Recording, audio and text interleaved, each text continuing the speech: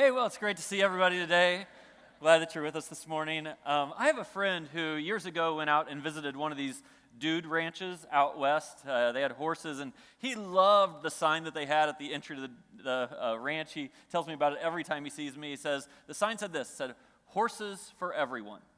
For small people, we have small horses. For large people, we have large horses. For young people, we have young horses. For old people, we have old horses. And for people who have never ridden a horse, we have horses that have never been ridden. And I thought that was funny too, but it makes me think really about the teaching series that I'm starting today. Over the next 4 weeks, I'm going to do everything I can to explain in the most practical ways, in the most tangible ways, in the most helpful ways, what it means to follow Jesus. And one of the simple things that is a concept of this series is that this fits you wherever you are in your spiritual journey. And so I'm going to essentially take 3 moves through this message. I'm going to tell you about my story, and then I'm going to tell you a story of an encounter that Jesus had, and then I'm going to ask you about your story. But as we do this, I want you to think that no matter where you are in your journey, you're maybe not even a follower of Jesus yet, maybe you've been doing this for a long time, this concept is what scales all across that journey. So let me tell you a little bit about my story of faith, and I absolutely understand my story isn't going to match your story in every way, but I bet there will be some seasons of my story that might match a season, perhaps even the season you're in right now. I grew up in church. I wasn't a pastor's kid, but my dad was a church leader. He was an elder, and so there was kind of all the same expectations of behaving right. And I had a pretty good experience growing up in church. I mean, I learned a lot of the Bible stories. I learned how you're supposed to live. Really, the church I grew up in was full of pretty great people. But the truth is, it didn't really take with me. It was just kind of a routine that we would go through. I felt like I had some new knowledge, and I certainly would have called myself a Christian, but that was kind of it. And then as I got a little bit older, the chance to experience some not so godly things in life presented themselves, and I was quite happy to take them. Now, I don't want to paint the picture that I was this horrible person. I wasn't mass murderer or anything like that, but I was probably a lot like some of you are now, just kind of the mild rebellion. It's the stage of life where you're a follower of Jesus and you're probably still going to church, but you kind of understand the church game where, when you're at church, you're supposed to act one way, but it's pretty much okay to act a different way when you're at school or you're at work or whatever it is. And you can kind of balance that because in your mind, like this is how it was in my mind, I pretty much justified, I'm still better than most people. And I certainly would have called myself a Christian during that season also. And then something happened to me. And I know exactly why it happened. It happened because I opened myself to it. I opened myself to an experience once with God, and it was a spiritual breakthrough for me. I encountered God in a more personal way than I ever had before, and I had to start reconciling some things about how I had set up my life. And this journey with God after this first kind of breakthrough experience became fascinating to me. It became real to me. It became life-giving to me. And all of a sudden I felt like, oh, this is why people would choose to do this Jesus following thing. If they didn't even grow up in it, if you had these experiences, you would choose to do this. And it was wild because I started to grow in so many ways and be fascinated by who God was and keep learning and want to integrate my life with the scriptures and the way of Jesus. And that went on for a while in some really good ways until it didn't. And one of the things that happened to me, and I see this happen a lot, maybe this has happened to you, is I grew in my faith in such a way that I started to read the scriptures. That's a good thing. I started to read the scriptures and integrate it to my life. That's a really good thing. And then I would start to read the scriptures, and I would start to get to know them so well that when I looked around at other people, I would see they weren't living like they were supposed to live. And somehow my focus went from growing myself to looking around at other people and actually starting to look down on them. Once I knew the way to live and I started living that way a little better, somehow, I don't entirely know how, it turned into judgmentalism. And I think some of it comes from the idea that the church I grew up in did, like a lot of churches, have, they had all the rules, the Jesus rules, those are good rules. And then just to be safe, they added on some extra rules. And then they had a few more rules on top of that. And when they really wanted to control some behavior that was happening, usually among teenagers, they would quote Old Testament rules that aren't even our rules, but they'd quote them anyway just to manage some behavior. And I became the person who started doing that with others. And I think, well, I must have read a lot of the Bible, but maybe I missed the line where it says, knowledge puffs up, but love builds up. Because that is exactly what had happened to me. Now, from my experience, this is very hard to see in the mirror. I went for years in this mode, probably even had some people tell me along the way that I was kind of puffed up, kind of judgmental, kind of putting some extra rules on things, but totally would not acknowledge it myself. But then a breakthrough came because I opened myself to it. And there are times in my life when my faith is still stale, or when it feels like there's some distance between me and God, or seems a little bit impersonal. But I've always found now that in this rhythm, if I can get out of the judgmental piece and back to the authentic, what is Jesus doing and how could I make my life look like his piece? It jumpstarts something all the time. And so I want to give you today an invitation that I'll give you for the next 4 weeks. It's for you no matter where you are in life on your spiritual journey. But this is the invitation that for years I have now been teaching to people, and I have seen hundreds of people's eyes open and lives changed because they opened themselves to this invitation from Jesus. This is what the invitation. To learn to live the life that Jesus lived. To learn to live the actual life that Jesus lived. Now, this is fundamentally different than most people experience church or classes or Bible studies or whatever. Most people think, I want to learn about the life that Jesus lived. I want to become a student of it. I want to learn about it. I want it to be an intellectual assent. But that intellectual assent, that knowledge actually puffs up. And what we would do if we ordered our life in the way of Jesus is that we would become people of love and grace, and then love builds up. So I've been trying to help people for a while now understand like what this really means in real life. And I have 4 areas of life and faith that I think are really practical if you try to follow the way of Jesus. And so I actually want to ask all of you to do a little experiment with me in the room. I know I had you doing quick to listen and slow to speak, all hand motions over the last few weeks. This time I just want you to take one hand, okay? Take one hand, kind of put it down in front of you. If you're nervous about what I'm going to do, you might want to hide it like down by your side because I'm going to have you do something with your hand. And I'm not trying to embarrass anybody, but I'm going to have you use your hand to do kind of a scale of 1 to 5, and you're just going to kind of rate yourself on how much your life looks like Jesus' life in these different areas. And just real easy here, none of you will need to use your thumb at all because there are no 5s in the room. I mean, Jesus was 5. If you call yourself 5, then you're clearly in that judgmental, knowledge puffs up phase, right? So don't give yourself a 5. That'd be embarrassing even to yourself. So scale of 1 to 5. Here's one way to think about it. You think, I feel like I have a relationship with God, with the Father. Like I know him and he knows me. And I could speak to him candidly. And I listen for his voice and I open myself to him. If you do those kind of things, you would be just like Jesus. And so I want you to think just for a moment, how much are you like Jesus in that regard? Scale of 1 to 5. Then there's the idea that you could think of yourself and ask the question, do I give myself for others? Do I serve others? Do I make sure, even though every cultural wind pushes me toward being a consumer and toward making my life about enjoying my life, do I make sure that my life is actually about giving my life, about being generous, about releasing my time and my energy and my resources and my influence so that others can be picked up out of the brokenness? Because, of course, that's exactly the life that Jesus lived. And Jesus' invitation is to live the life that he lived. So just on that sense of like, you serve others, you give, you contribute,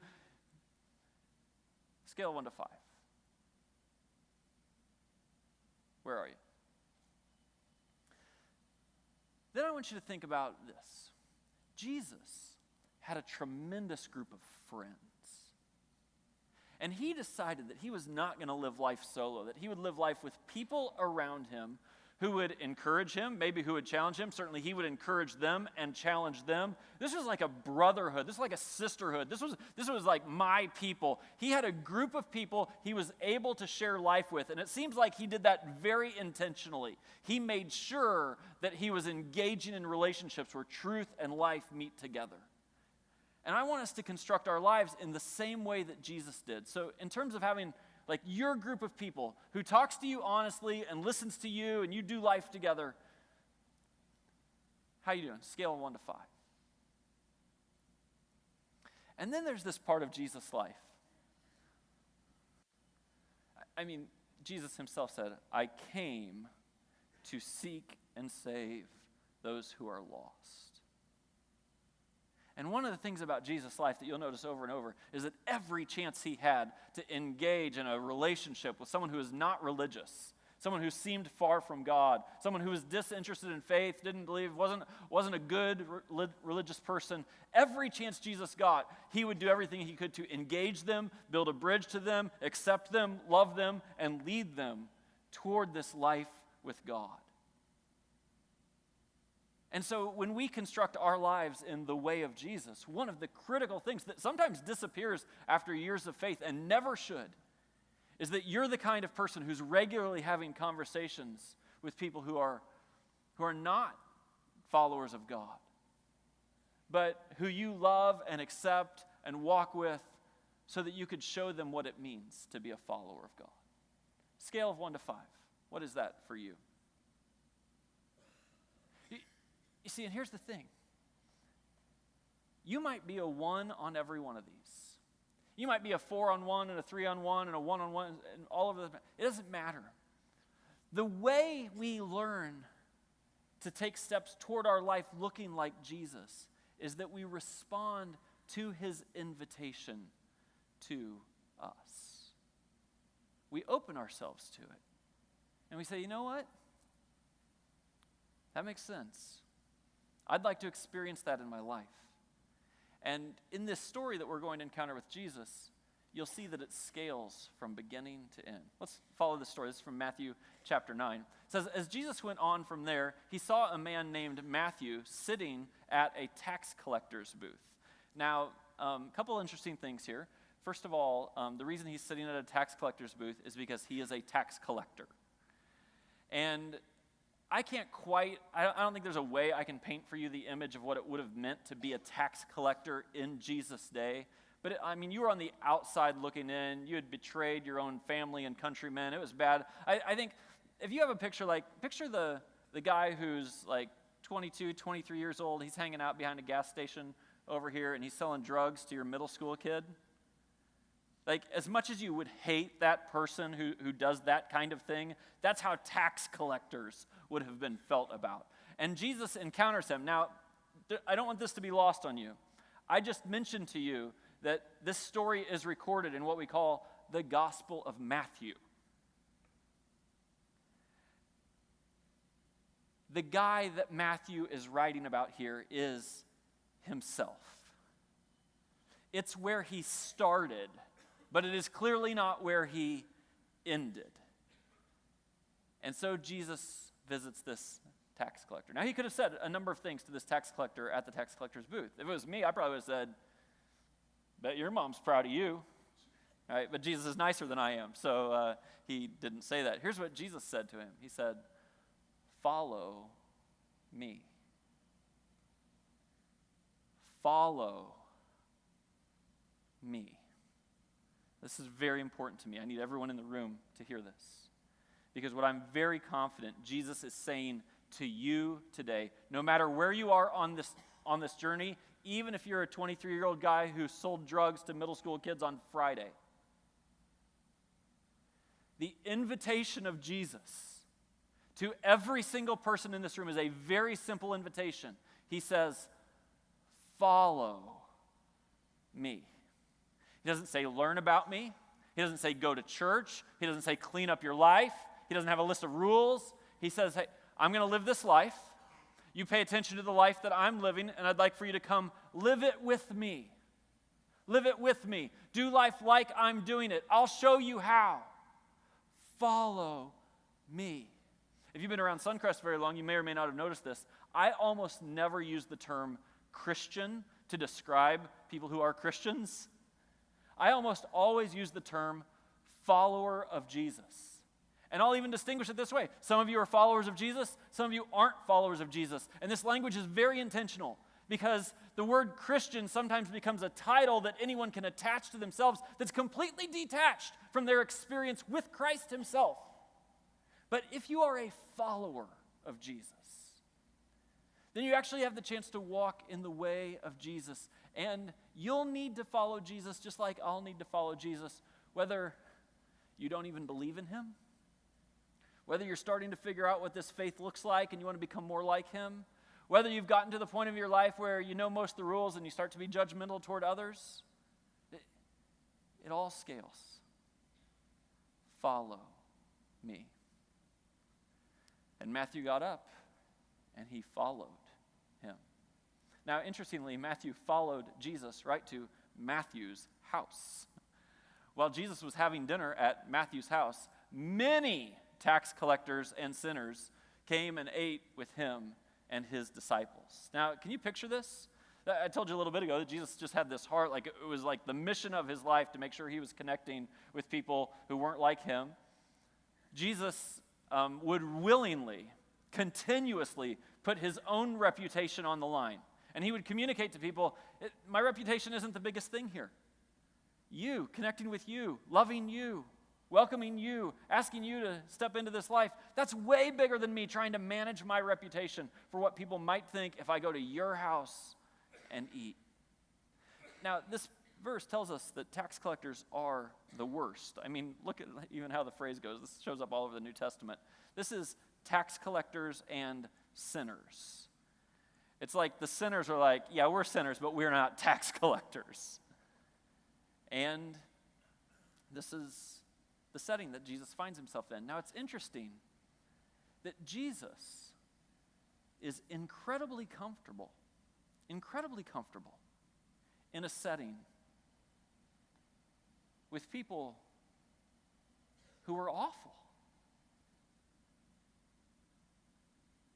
Jesus himself was very comfortable in his own skin, in a setting with people who were horrible people.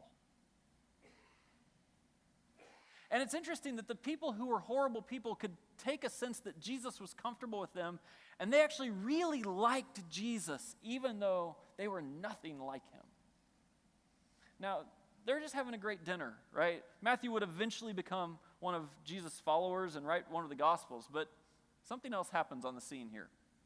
It says, when the Pharisees saw this, they asked the disciples, why does your teacher eat with tax collectors and sinners? So these Pharisees, of course, are the one for whom knowledge has puffed up. They've advanced in the way to where they've got their life mostly together, or at least they can present it as if they do, and they start to look down on everyone else and become judgmental. And the Pharisees have a strategy here with Jesus. And here's the strategy. We need to separate Jesus from those people. We should not let these two mix. Someone who's religious wouldn't mix with someone who's not religious. And Jesus just continues to tell them, no, not true. See, the Pharisees, if you were Matthew or a tax collector, the Pharisees would give you this message. They would say, you go clean up your life, go say you're sorry, go do all these things, and then you can become one of us. But Jesus had a fundamentally different message. He didn't say to Matthew, go clean up your life and then you can follow me. Go start doing this or stop doing this and then you can become one of my followers. Jesus simply invited people to follow. So the Pharisees are out there having this conversation with Jesus' disciples. The word disciple, by the way, essentially means follower. A disciple was someone not just who would sit under the teaching of a rabbi, but who would live with him and follow him and do what he did. That's the whole image that is given of disciples. And then Jesus must have heard this conversation going on between his disciples and the Pharisees, because he stands up and says, on hearing this, Jesus said, "It's not the healthy who need a doctor, but the sick." It's not the healthy who need a doctor, but the sick.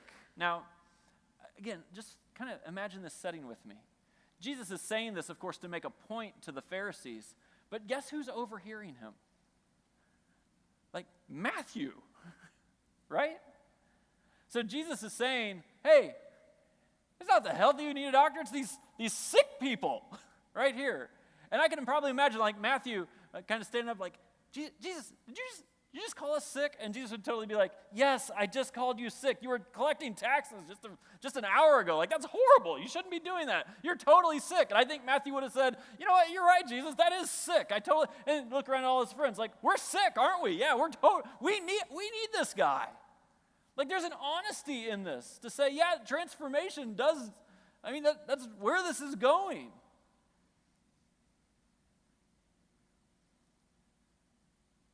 But the only reason it goes there is because somebody's open to it. And then Jesus has this message, I think a message for all of us. He says, but go and learn what this means. I desire mercy, not sacrifice. What does he mean by sacrifice? This is very important. He means the sacrificial system.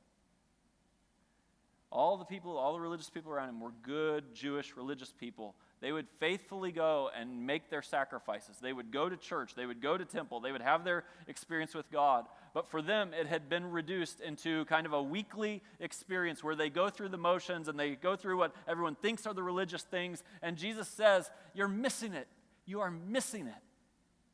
This is not about ritual. It's not about some habit that's empty now for you. He said, I want something out of your heart. I desire mercy, not sacrifice. For I have not come to call the righteous, but sinners. And so, for a few minutes today, I'd like to ask you to think about your story. Your story as it relates to Jesus. If you're here today and you would say, I'm not a follower of Jesus, and there's all kinds of motivations for people to be here that aren't followers of Jesus, I hope that you're open to exploring what following him would look like, even if you can't quite picture yourself believing. You can just take these steps to follow. And if you're someone for whom life has gotten a little bit stale in your faith, you feel like you're just going through the motions, or maybe you could even raise your hand and say, you know what, I'm one of those who tries to keep people separated. I got kind of judgmental. I look down on other people. I would totally respect anyone who could raise their hand and say that. Jesus' invitation to you is say, listen, you just stop that today. Just start to live the life that I'm living. And if you feel like you're progressing in your faith and you're growing, you've probably noticed that it's kind of like, the proverbial peeling the onion, where there's always something new to grow in. You grow in this and you think, all right, I've made it. And then you realize, nope, need to grow in that too. Because Jesus was perfect, and you'll never be perfect, and I'll never be perfect.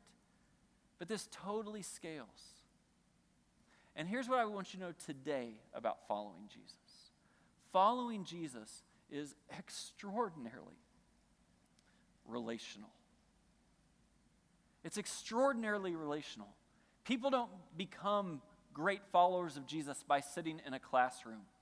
People don't become great followers of Jesus by sitting in a circle and talking about it. People become healthy followers of Jesus because they look at the life that Jesus lived. They know that Jesus cares for them. And they want to know him personally and then live that life out.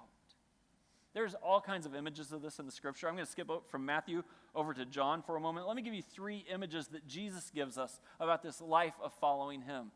The first is the image of a sheep and a shepherd. And this is what Jesus says.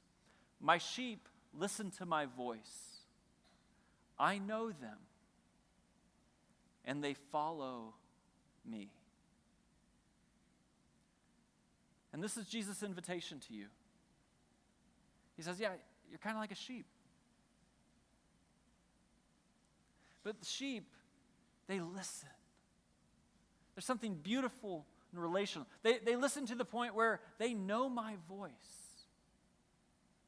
They start to be able to sense, yes, these are the things Jesus would do. These are the places Jesus would lead. And then they follow him. Let me give you another image that's a relational image that Jesus gives us in the Gospel of John. It's of father and child. This is what he says. He says, if you really know me, you will know my Father as well. And at the end of this service today, we're going to sing a song we sing fairly often called Good, Good Father.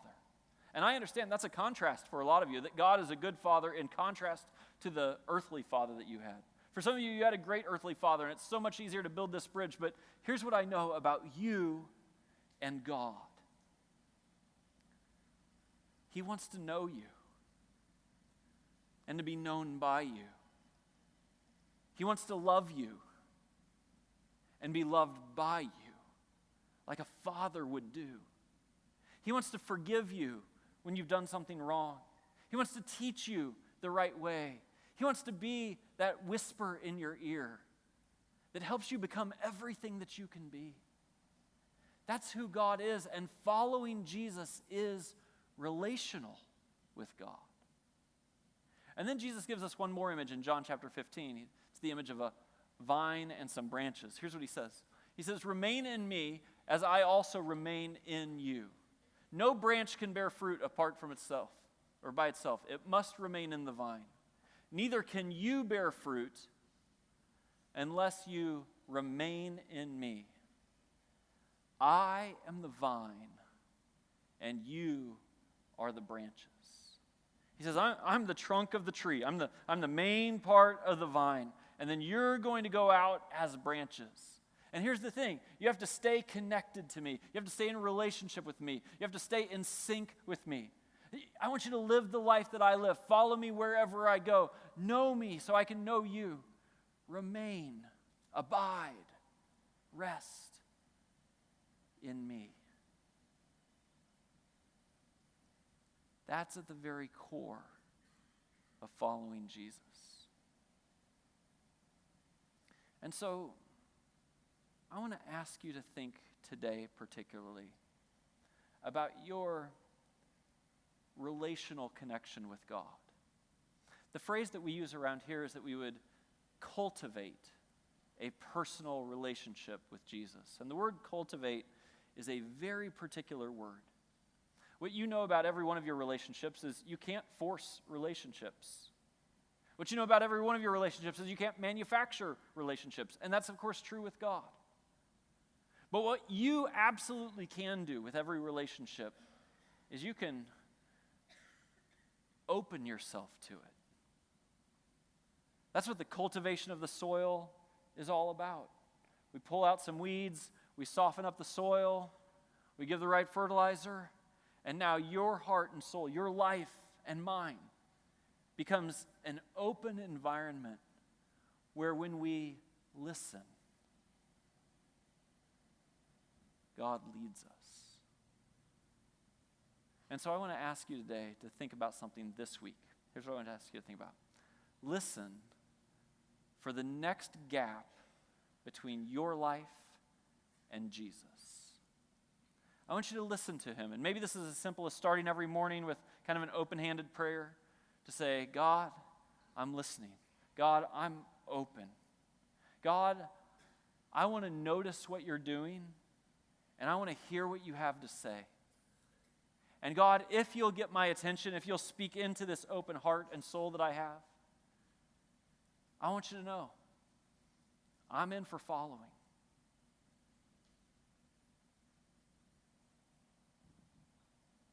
I'll try to arrange my life so my life looks like yours. I'll try to do what you do. I'll try to care for people who are far from God like you care for them. I'll try to contribute by serving like you contributed by serving. I'll try to connect in relationships where truth meets life like you connected in relationships where truth meets life. I will open myself to you. You know, Jamie's been, in this service even, talked about these follow groups that are starting this week. And I think this is so important because following is not a solo journey. And for a lot of us, the moment I say, hey, you should listen to God, you'd be like, how in the world do I do that? But it's actually in these environments this week. If you'll come one of the nights this week to these groups where we'll walk through a practice, an exercise that would say, okay, this is how you can notice God's work around you, how you can hear from God every day. And so I hope that you'll step into this. We saved the last part of this service today to try our best to create an environment here that's relational between you and God. As soon as I pray in just a few moments, we're going to share in communion together. We practice this every week. It's possible, because it's a weekly practice, that it could fall into the category of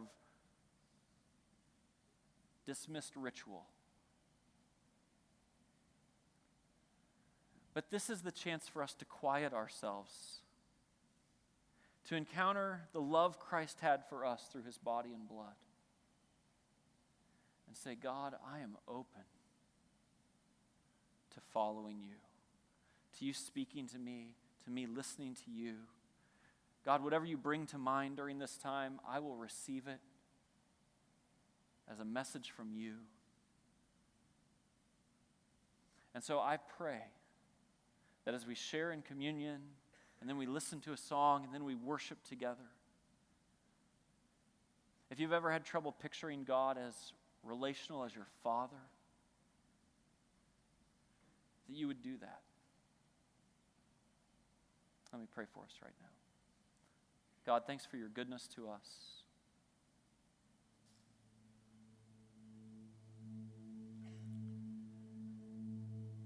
Thank you for not giving us just a list or even a picture, but for giving us a person in your Son, Jesus. And God, I pray that over the next few minutes today, we would experience something spiritual. We'd experience something relational. We would experience your voice, God, in our lives as we open ourselves to it. In Jesus' name.